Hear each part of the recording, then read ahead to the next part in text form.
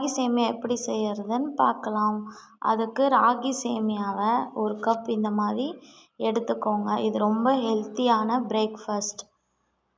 இதுக்கு முதல்ல ராகி சேமியா எடுத்தாச்சு. அதை கொஞ்சம் பாத்திரத்தில் தண்ணி ஊற்றி தேவையான அளவு கொஞ்சமாக உப்பு போட்டு நம்ம எடுத்து வச்சுருக்கோம் இல்லையா சேமியா, அதை இந்த தண்ணியில் போட்டு ஊற வச்சுக்கலாம். இது ரொம்ப ஹெல்த்தியான ரெசிபிங்க. இதை நீங்கள் வீட்டில் இருக்கவங்களுக்கு செஞ்சு கொடுக்கலாம். ரொம்ப ஆரோக்கியமான ஒரு டிஃபன். சரிங்களா? இதை நீங்கள் மார்னிங் டிஃபனாகவும் செய்யலாம், நைட்டு டின்னர் கூட நீங்கள் செஞ்சு கொடுக்கலாம். ரொம்ப ரொம்ப ஹெல்த்தி. இந்த மாதிரி தண்ணியில் ஊற வச்சிடணும். ஒரு 2 மினிட்ஸ் ஊறினா போதும். அந்த 2 நிமிஷத்துக்கு மேலே ஊறக்கூடாது. ஏன்னா இது அப்படியே மாவு மாதிரி கரைஞ்சிரும், வேஸ்ட் ஆகிடும். ஓகேவா? அதனால் ஒன்லி 2 மினிட்ஸ் ஊற வச்சு எடுத்துக்கலாம். சரிங்களா? இப்போ 2 மினிட்ஸ் ஆகிடுச்சு. ஊற வச்சதை இந்த மாதிரி இருக்க தண்ணி, எக்ஸ்ட்ரா இருக்க தண்ணியை நம்ம ஃபில்ட்ரு பண்ணி எடுத்துக்கலாம். கொஞ்சம் கூட தண்ணி இல்லாமல் எல்லாத்துலேயும் வடிகட்டி எடுத்துப்போம். இப்போவே பார்த்தீங்கன்னா சேமியா கொஞ்சம் நல்ல மெதுன்னு தான் இருக்கும். ரொம்ப ஊற வச்சிங்கன்னா, மறுபடியும் சொல்கிறேன், ரொம்ப ஊற வச்சிங்கன்னா சேமியா கரைஞ்சிரும், மாவாக ஆகிடும். இப்போ நம்ம அந்த தண்ணியெல்லாம் இருத்து வச்சுருக்கோம் இல்லையா, அந்த சேமியாவை இந்த மாதிரி இட்லி தட்டில் போட்டுக்கலாம்.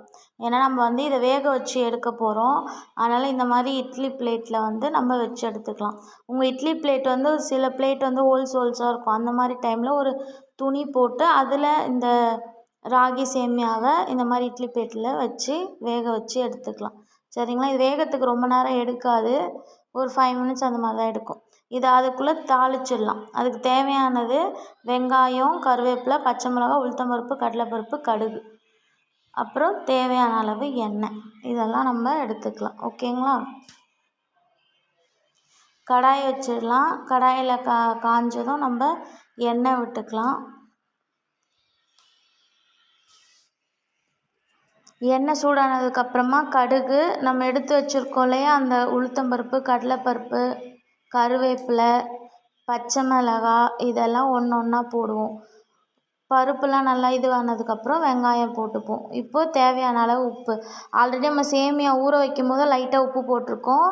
ஸோ இந்த டைம்லேயும் நம்ம உப்பு போடணும். அதை நீங்கள் பார்த்து போட்டுக்கோங்க. நெக்ஸ்ட் நம்ம வேக வச்சு எடுத்த சேமியா பார்த்தீங்கன்னா எப்படி உதிரியாக இருக்குது. இப்போ இந்த சேமியாவை வெங்காயம் நல்லா வதங்கினதுக்கப்புறமா நம்ம இந்த கடாயில் கொட்டி ஒரு கிளறி ஒரு 1 மினிட் ஆர் 2 மினிட்ஸ் அப்படியே ஒரு வதக்கணும்னா நல்லா அப்சர்வ் பண்ணிக்கும். அவ்வளோதாங்க, நம்ம டேஸ்டியான, ஹெல்த்தியான, ஆரோக்கியமான ஒரு டிஃபன் ரெடி. எப்படி ராகி சேமியா பார்க்கவே நல்லா இருக்கா? சாப்பிட்டு பார்த்தோம், இது நல்லா இருக்கு சொன்னாங்க எங்கள் ஹஸ்பண்ட். தேங்க்யூ. நீங்களும் இந்த மாதிரி உங்கள் வீட்டில் இருக்கவங்களுக்கு ஆரோக்கியமான ஒரு டிஷ்ஷை செஞ்சு தாங்க. பாய். இந்த வீடியோ உங்களுக்கு பிடிச்சிருந்தா லைக் பண்ணுங்கள், சப்ஸ்கிரைப் பண்ணுங்கள். பாய்.